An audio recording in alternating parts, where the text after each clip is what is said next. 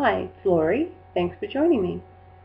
Today is 112 days or 16 weeks since I started my journey, and I've lost 40 pounds. That's 2.5 pounds a week. Pretty awesome. I had no idea that this was where I was going to go, or I would have had before and after pictures ready.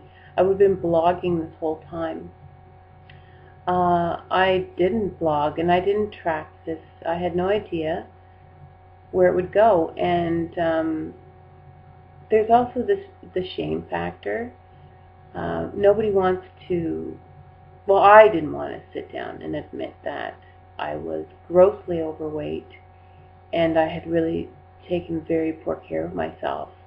Really, nobody else did this to me.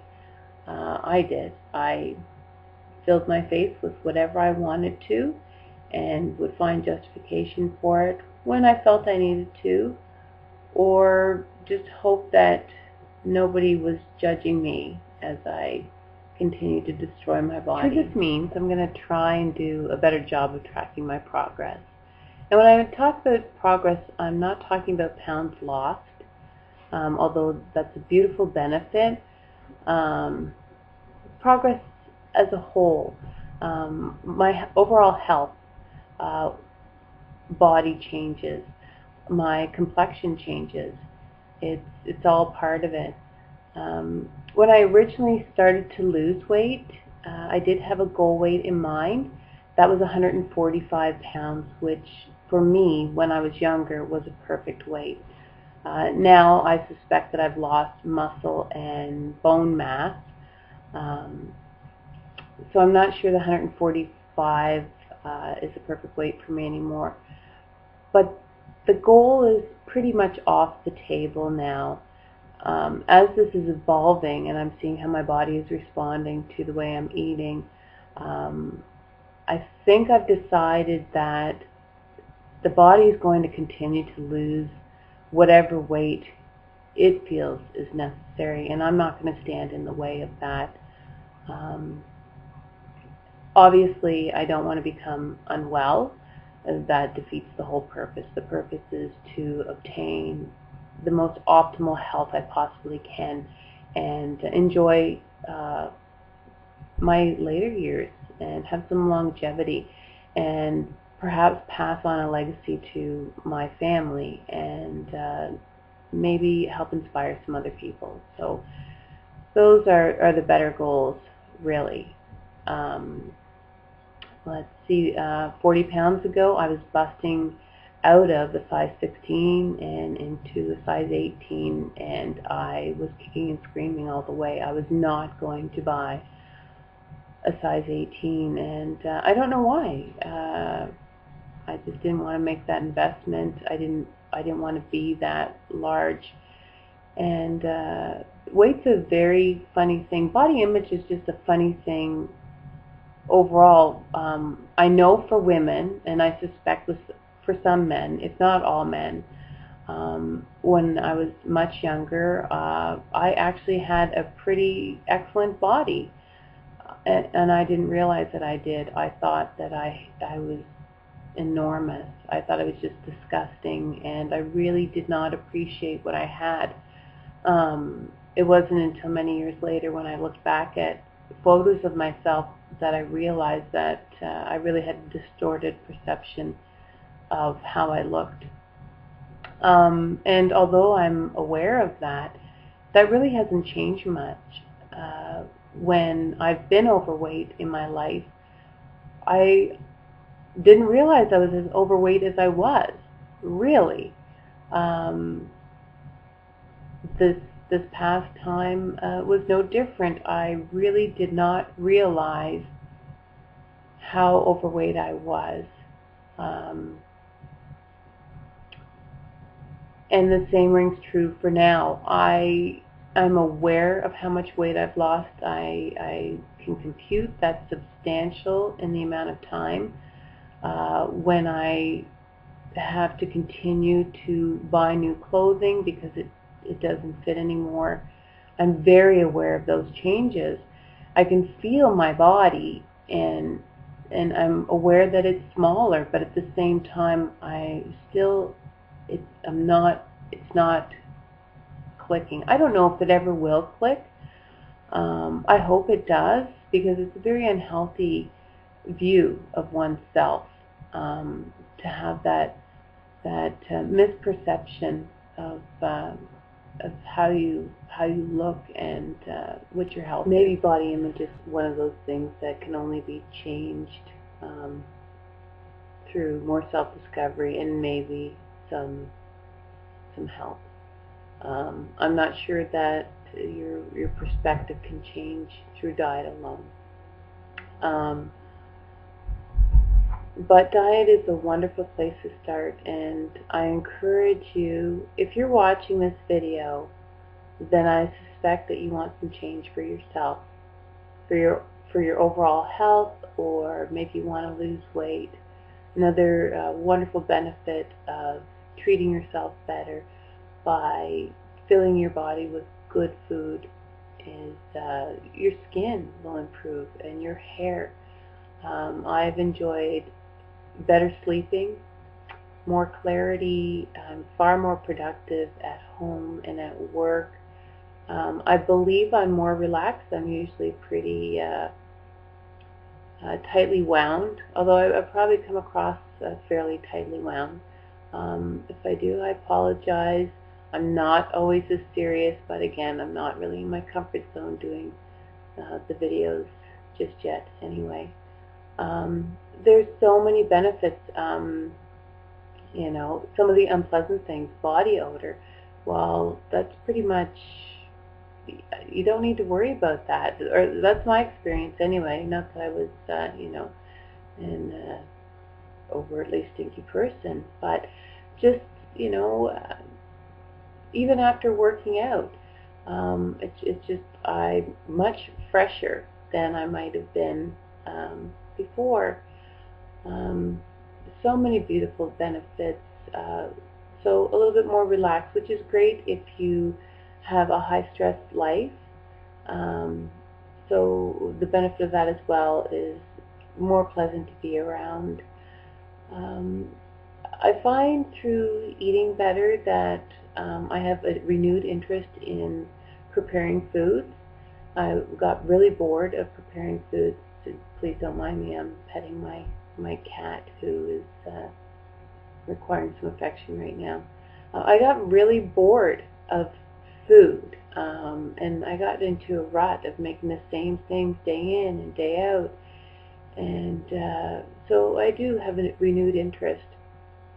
A few recommendations I'm going to leave with you before I sign off. Again, drink water, and plenty of it. Try not to add anything artificial to your water. You're no benefit. I would rather you go without the water than adding junk to it. Again, I'm not a professional. If you need to add something to your water, some fresh squeezed lemons or fresh squeezed oranges, if you need that sweetness, do that. The lemons are a beautiful aid to your liver. Oddly enough, being the crazy coffee drinker that I have been for most of my life, my first coffee I had when I was in grade 5. So if you go back to my previous video, you'll realize that I got something with 5. So major coffee drinker. I just got a beautiful Cuisinart Keurig for Christmas. I was insistent I have to have it. And it's a rare day I have a coffee now. In the morning I have warm water with half a lemon squeezed into it, a generous half a lemon. And it does take a little bit of getting used to, but it is so worth it, and I don't miss that coffee. I occasionally have coffee on the weekends now, very rarely through the week in the evening. And I didn't intend to get rid of the coffee. It was not my intention. In fact, I was adamant the coffee was not going, no matter what any healthcare professional suggested about coffee. It was staying. Coffee rocks. But again, I rarely have it. It kind of moved out of my life as I was putting other things in. It just, there was no room for it anymore, and I don't miss it. It's crazy. So try and drink your water. Put something in it that's just going to give it a little bit of, a little bit of flavor for you. If you actually can't stand the taste of water, do it. Do your body some good. I'm not going to be crazy radical and say do something new for yourself every day. If you want to, that's fabulous. This is your body, your journey. You have the rest of your life to try and get this right for you. I'm going to say, like, once a week, try and add a little bit more fresh fruits and vegetables to your diet. We've been grossly misinformed about the nutritional value of fresh fruits and vegetables. Organic is the way to go if you can. I gotta say, I'm not 100% organic. I wish I was. Where I live, it's very challenging to find organically grown fruits and vegetables. So this summer we're going to try and grow green thumbs and start growing our own fresh fruits and vegetables. And then that way we know that what we're getting is pesticide free and organic, and there's something beautiful about growing it yourself. But get the fresh fruits and vegetables into your body, because they contain the water that you need too, and they eat them fresh because that's when the enzymes in them are alive, and you get the benefit of that. If you don't like fruits and vegetables, if you absolutely hate them, juice them. Juicing is an incredible thing you can do for your body. It is the fastest way to get what you need. It is the bang for your buck. It's what, in my perfect world, I would be able to juice every one of my meals. It sounds crazy, and people are going to think, well, geez, I couldn't do that. Yes, you can. And stop limiting yourself. You don't know it until you've actually gotten to that point. Many months ago, I would have said, too, that there's no way I'm going to replace a meal with a juice, or there's no way I'm going to juice for days, every meal. There's no way I can do it. I'm not capable. I need to eat. Not true. Not true. I have done it, and I've enjoyed it, and it's incredibly liberating when you don't have to think of what sort of meal you're going to prepare. What am I going to juice? You just grab whatever's handy dandy, and even if you hate it, it's good in a juice. Trust me, there's some crazy stuff I put in my juices, and like kale. I cannot stand to eat fresh kale. I'm not loving it, unless it's baby kale. It's so much easier. So it goes in my juice, and I get all the benefit of that. So try, if you can, for you, not for me, to add more fruits and vegetables in each week, even if you have to juice it. If you don't have a juicer, but you have a decent blender, blend it. The best way is still the juice, because it's not hindered by the pulp of the fruits and vegetables. And some people believe that you don't need the pulp. I used to believe that you needed it to help your digestion, but actually those I've been following are suggesting that no, in fact, you don't need that pulp. But if you don't have the juicer, blend it. Enjoy a nice smoothie. There's so many smoothie recipes out there that you can enjoy. They're all online. They're on YouTube. Go out and get yourself a juicing Bible or a smoothie Bible, and you won't regret it. There are so many wonderful concoctions you can make that are so good for your body. And if you have kids, your kids will enjoy these too. So introduce the smoothies. Sleep is your friend, so rest. When your body is tired, rest your body. When I first started out on this adventure, journey, whatever you want to call it, I wasn't going to the gym. I wasn't dragging my large butt to the gym. There's no way. I was too ashamed. I was not going in there. And I'm so proud of people who are carrying around extra weight, who do show up to the gym. I give a little high five whenever I see one walk in. I'm so proud of them and good for them. So the gym was not a regular routine of mine until um, a month or two after I started losing weight, really. And so I try and go to the gym probably anywhere from 2 to 5 times a week. It depends on what's going on in my schedule, and it also depends on how I'm feeling. So if you can get yourself to the gym, that's great. If not, go for a walk. And if you're really not going to do any exercise for that week, just try and put the most optimal food into your mouth before you put it in. If you really want to have a change, if you really want to feel better and start fitting into some smaller clothing, or the fun thing is taking your pants off while they're still done up. If you want to be able to do that, do small changes consistently. It doesn't have to be everything at once. A little bit at a time. What really kick-started everything for me was cutting the wheat, cutting the gluten. I don't eat rice, although some rice is good. Don't. It's just not for me. I don't need it. I don't miss it.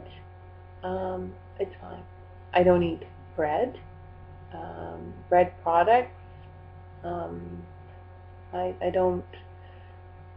Very rarely does the idea of a bread pop into my mind. There are other things you can use instead of bread, and it's just a matter. It's a mind switch and getting used to things. There are some wonderful greens out there that you can use.